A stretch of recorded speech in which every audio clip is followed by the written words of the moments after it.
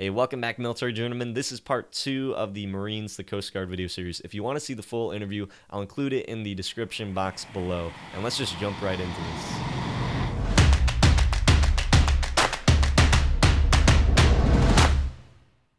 What is it like transitioning to your first unit in the Marine Corps versus the Coast Guard? So I'll start out with the Marine Corps, showing up to your first unit.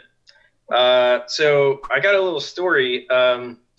So as soon as I showed up to my first unit, as soon as you graduate SOI, the School of Infantry, you hop on a bus, like the same graduation day. They tell you not to invite your parents because you get like maybe 10 minutes with them, and then you're hopping on a bus going up to your first unit.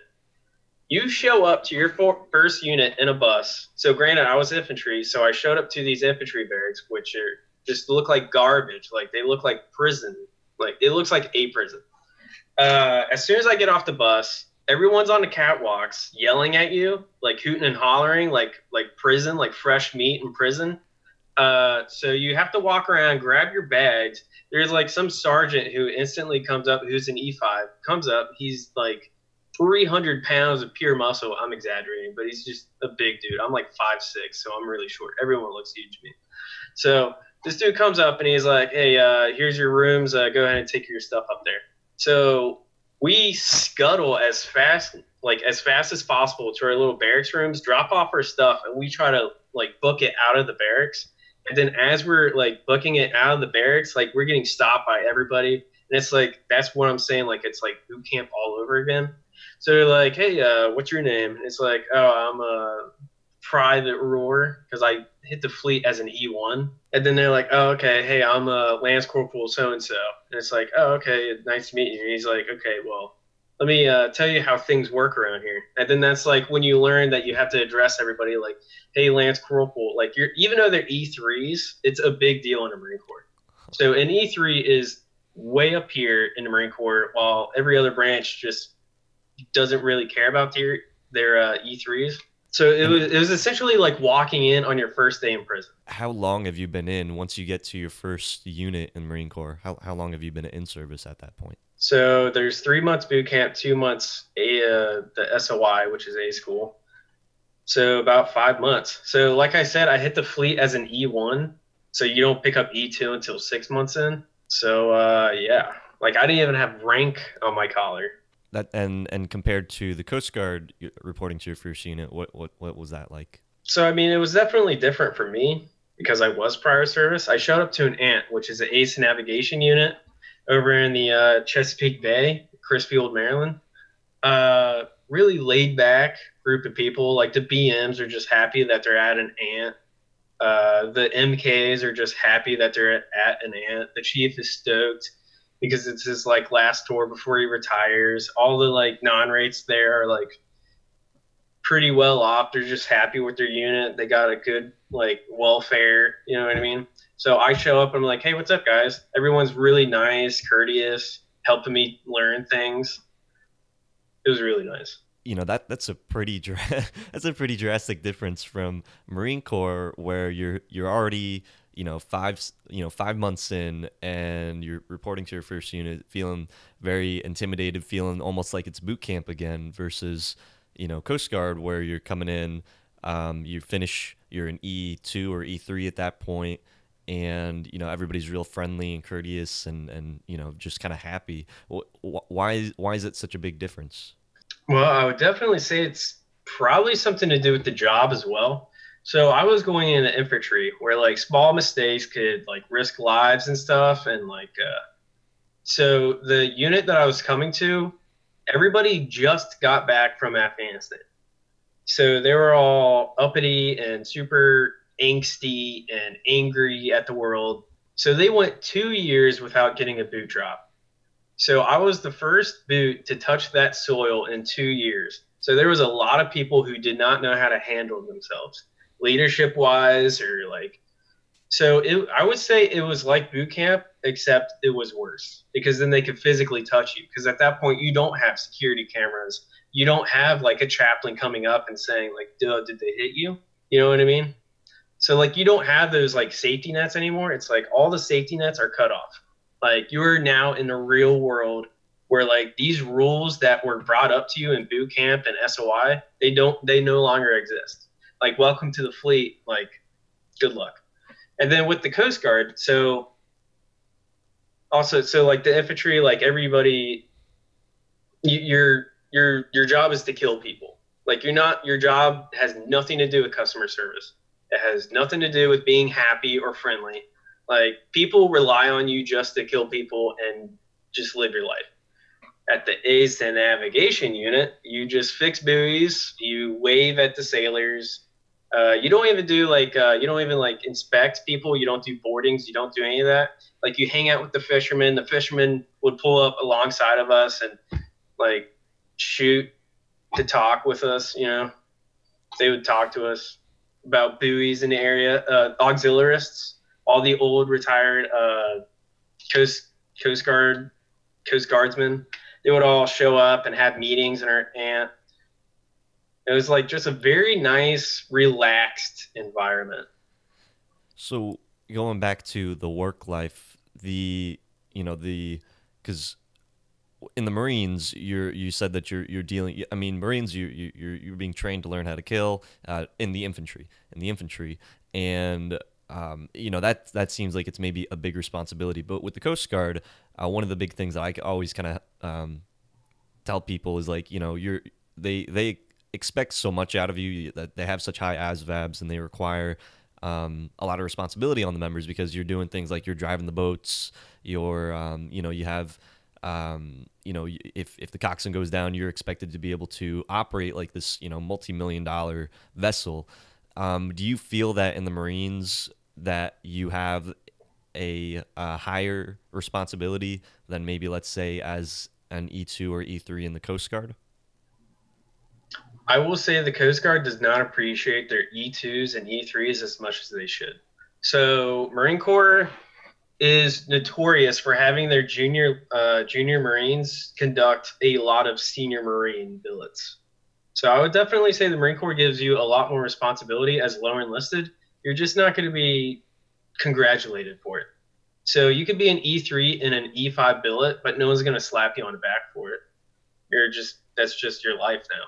Like, you don't get any awards or like commendation or letters of appreciation or anything. Like, it's just like, okay, cool, you did your job. And then that's just your life.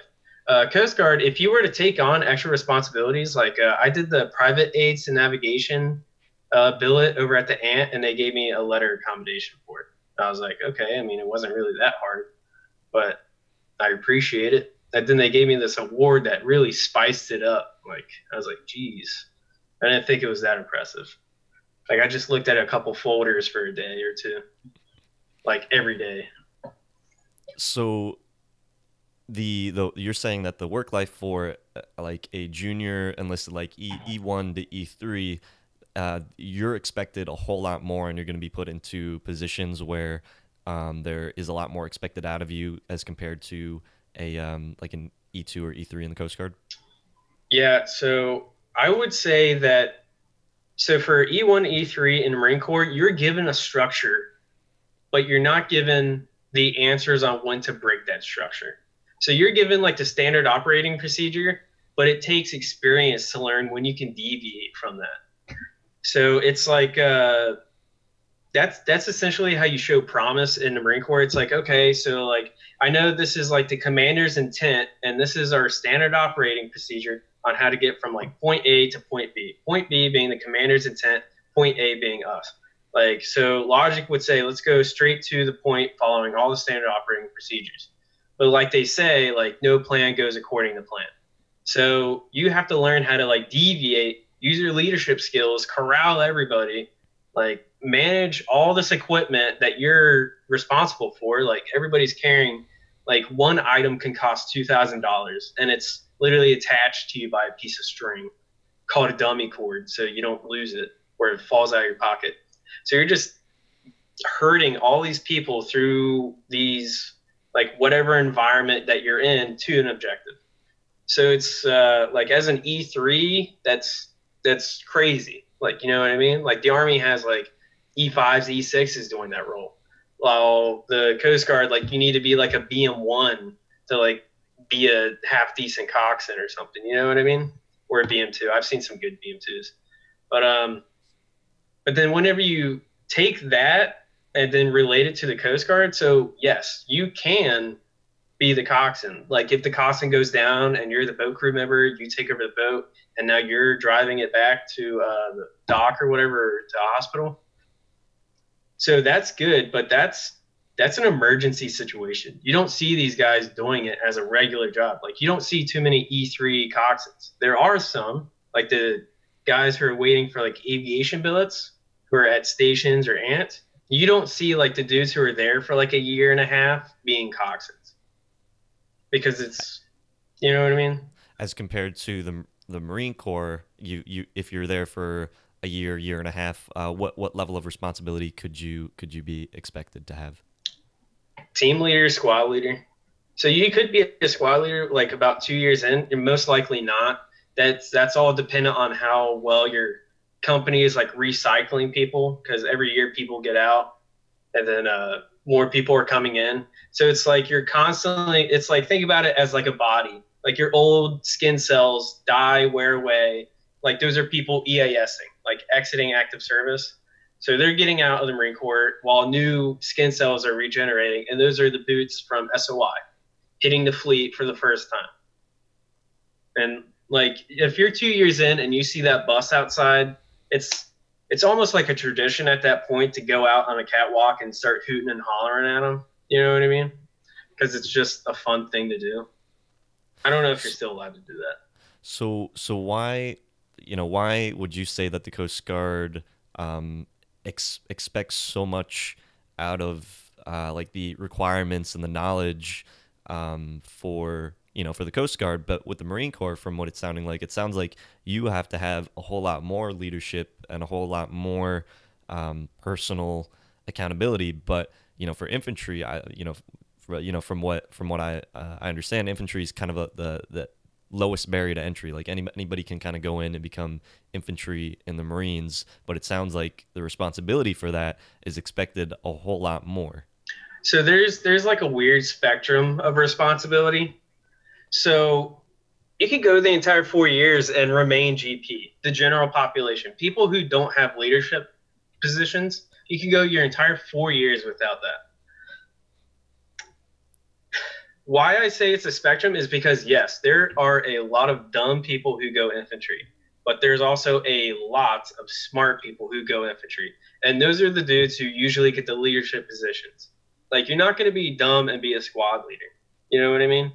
Because then you would get swapped out. The second that you're not providing results, you're getting swapped out. And if you're dumb as a bag of rocks, guess who's carrying all the ammunition, all the extra gear? You're carrying all that. You become a pack mule at that point. Now, with the work life and the ranking structure, how do you, because you're saying that you could go 4 years and you're still in E3.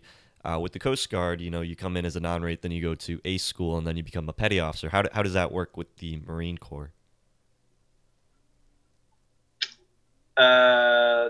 So after E3, so you get E1, you start out E1, and then 6 months later you get E2. 9 months later, or seven or 9 months later, you get E3.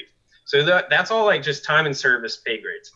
And then for E4, the difference between, so Coast Guard, you pass A school, you become E4. Marine Corps and Army and Air Force, I believe, there's cutting score system. So there is, so the cutting score also depends on your job. So you know how for the Coast Guard, you take advancement tests. So wherever you lie on that test is how you're getting advanced, or it's a scoreboard. It's like, okay, the top 10 on the scoreboard are advancing. It's kind of like the same thing, except with cutting scores, you have to do different things. You don't take a test. You go off to courses, you upgrade your McMap belt. So I think you can also do the swim test or the swim qual. And like if you go, instead of basic, you go advanced or intermediate and advanced, or even become an instructor for it. I think that counts towards your cutting score as well. but there it's then MCIs. I think they did away with them, but it's Marine Corps Institute, and it's like kind of like GMTs, like the annual training we do, except you can go further.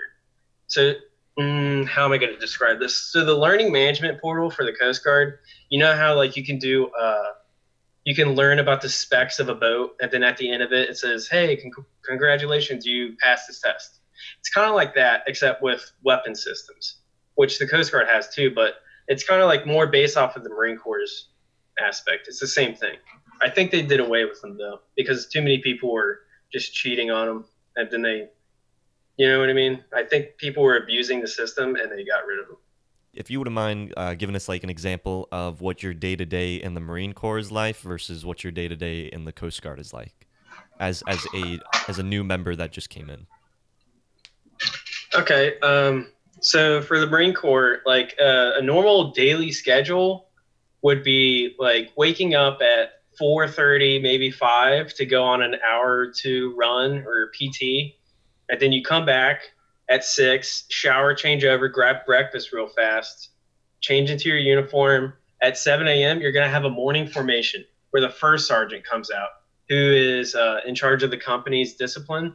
So he'll come out and have a meeting. So there's like 4 rows of 4 platoons, all formed up you know how like Coast Guard graduation was. It's like that, except every day, twice every day. So that's the morning formation. He's going to bust out the plan of the day.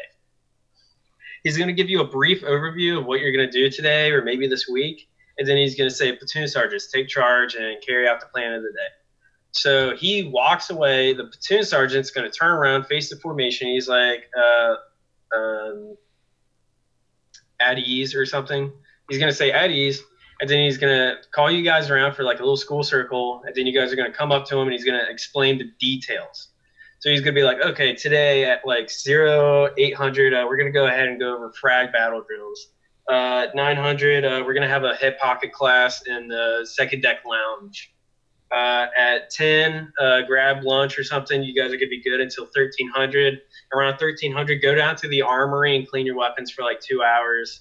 And then at 16:30, come back to the barracks, and we should have afternoon formation around 5 p.m. or something."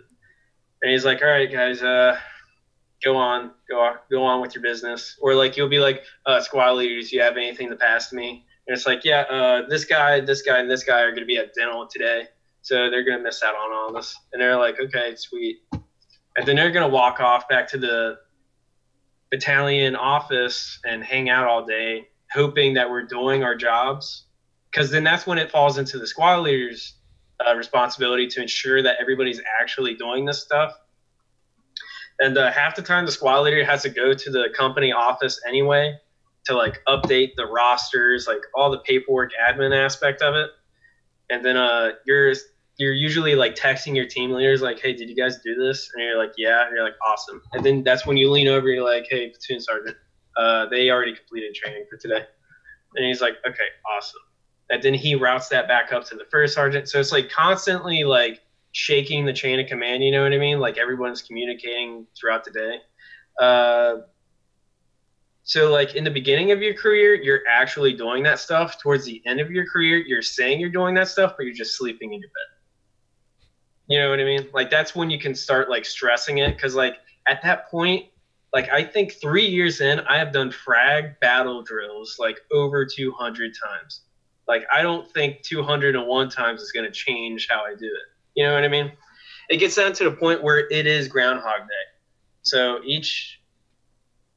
So without diving too much into the weeds, it's structured. Like every hour has a game plan associated with it, or every day has a game plan. At the beginning of the week, all the platoon sergeants get together and come up with a training schedule for either that week or that month, where you have to find something productive to do each and every single day. I thought that was the most impressive thing about the infantry, is finding something to do every single day. It's like these guys are extremely creative. So a good way that my father-in-law described it, who's a warrant officer in the Coast Guard, is that he said that Marines have an issue with, like, so specifically infantry Marines, it's you're training to train and that drains you after a while. You know what I mean? Especially if if you're like towards your end of your contract and you're not going on another deployment because you EAS right before a deployment and you're just training to train, it drains you. So but as for the ants, so switching over to the Coast Guard side, with the ants, you clock in at like 7 or 6 a.m. or whatever. Maybe you do PT in the morning, but there is no morning formation. You have quarters like Thursdays or Fridays or something. But like I was saying, there is no morning formation every single day. There is no afternoon formation. You show up, you rig up all the chain, like you cut them out to a certain length. You get all the line prepped, you clean off the boat, or you do your checks, your boat checks, and you're like, okay, awesome, we're ready to go underway tomorrow. So what can I do in the meantime? Oh, I guess I'll study for my quals. And then you study up, and then you get more quals, and then you get qualified, and then you go off and conduct your job the next day. You go underway, you swap out the buoys, you rig up the lights, you set them up. Like you actually train to do something and then actually do it. So you get that accomplishment feeling. You know what I mean? As compared to the Marine Corps? Yeah, I wouldn't say that's how every job is, because like I said, like I'm sure like engineers or something, like people who fix engines, I'm sure once they finally fix the engine block, they're like, yes, I feel accomplished. Versus them like going out and training every day for a war that ended years ago. You know what I mean? So it's like the fulfillment aspect. There is no fulfillment. Job fulfillment. I mean, that's a pretty drastic difference from the Marine Corps daily work life versus the Coast Guard work life. And I want to transition into the quality of life, because work life and quality of life are kind of go similar hand in hand. But maybe you get a lot of fulfillment from doing that type of work and that type of work structure. But the quality of life, what would you say life is like? How do you describe what life is like in the Marine Corps aspect? Hope you guys liked this video. If you did, give it a big thumbs up and consider subscribing if you haven't already. If you're enjoying these, just smash that like button for me. Let me know that you are enjoying these conversations. If you want to see the full interview of this series, I'll include it right here. Or if you want to keep watching something else, you can watch this right here. Until next time, peace out.